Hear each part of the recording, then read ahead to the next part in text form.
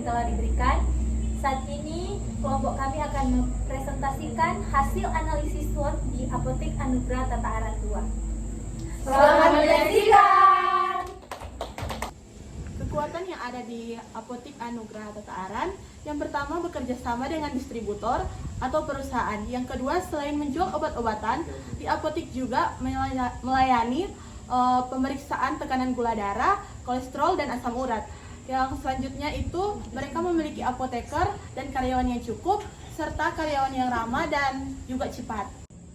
Selanjutnya, weakness atau kelemahan yang ada di Apotek Anugrah Tata Aran. Yang pertama itu keterlambatan pengiriman obat. Dan yang kedua itu belum ada kerjasama dengan BPJS. Dan yang ketiga itu karyawan atau penjaga yang ada di apotek itu tidak sesuai dengan keahliannya atau tidak sesuai dengan bidangnya. Dan yang berikutnya, distributor seringkali mengalami miskomunikasi dengan penjaga atau karyawan yang ada di apotek itu sehingga menyebabkan keterlambatan pengiriman obat. Dan yang terakhir, fasilitas atau ruang tunggu yang belum optimal di apotek tersebut. Selanjutnya itu opportunity atau peluang dari Apotek Anugrah tersebut, yaitu pertama pengembangan infrastruktur. Karena ruangan dari Apotek Anugrah ini cukup luas namun belum digunakan secara maksimal.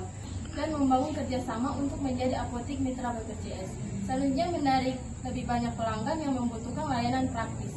Dan lokasi dari Apotek Anugrah ini cukup strategis dan di area tersebut belum banyak apotek yang beroperasi. Selanjutnya itu ada tips atau ancaman yang ada di Apotek Anugrah Tata Aran. Yang pertama itu persaingan dengan toko yang tersedia bahan obat seperti contoh Alfamart atau Indomart. Yang kedua itu tergantikan dengan tenaga yang lebih ahli. Yang ketiga itu ada pesaing lain yang menawarkan layanan kesehatan yang lebih lengkap. Yang keempat itu kondisi ekonomi yang tidak pasti dapat mengurangi daya beli masyarakat sehingga berdampak pada penjualan obat di apotek tersebut. Selanjutnya, strategi ESCO atau memanfaatkan kekuatan dan peluang. Strategi yang pertama itu memanfaatkan layanan kesehatan tambahan dan apoteker yang ada di apotek untuk memperbanyak pelanggan atau pembeli di apotek. Contohnya bisa melakukan promosi kesehatan di media sosial. Yang kedua, gunakan pelayanan yang cepat dan ramah sebagai nilai jual untuk menjalin kerjasama dengan BPJS. Dan ketiga, gunakan tenaga kerja yang cukup untuk mengembangkan sistem penyimpanan tambahan atau pengelolaan obat atau pengelolaan stok obat yang lebih baik. Dan yang terakhir itu, lokasi strategis dapat dimaksimalkan untuk meningkatkan visibilitas dan aksesibilitas bagi pelanggan. Selanjutnya yaitu strategi WO, yaitu meminimalkan kelemahan dengan memanfaatkan peluang.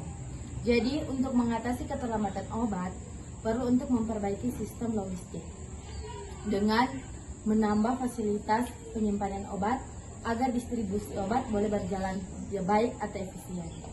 Kemudian menambah karyawan atau melatih karyawan sesuai dengan bidangnya agar untuk meningkatkan kualitas sumber daya di apotek tersebut. Kemudian menjalin kerjasama dengan BPJS agar pasien BPJS boleh terlayani di apotek tersebut. Dan apotek tersebut boleh bersaing dengan apotek lain. Kemudian menjalin komunikasi yang baik dengan distributor agar tidak terjadi kesalahpahaman untuk pengiriman obat dan pengiriman obat boleh berjalan dengan lancar. Strategi selanjutnya itu strategi SD, yaitu dengan menggunakan kekuatan untuk menghadapi ancaman. Yang pertama, memperluas jangkauan pemeriksaan di apotek tersebut, yaitu dengan bekerja sama dengan dokter praktik mandiri agar apotek ini dapat menjadi klinik. Selanjutnya yang kedua, pertahankan kualitas pelayanan yang ada di apotek dan memastikan ketersediaan apoteker untuk menjadi konsultasi medis yang juga merupakan keunggulan dari apotek tersebut agar dapat bersaing dengan Indomaret ataupun Alfamart.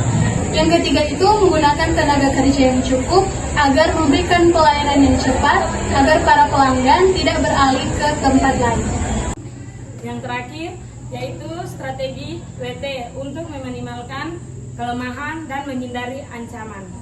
Yang pertama yaitu evaluasi dan tingkatkan kompetensi SDM secara berkala untuk menghindari terganti oleh tenaga medis yang lain.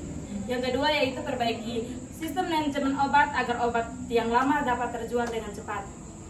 Yang ketiga yaitu tingkatkan fasilitas ruangan untuk kenyamanan pelanggan. Yang terakhir yaitu perbaiki komunikasi eksternal dan internal untuk mengurangi miskomunikasi.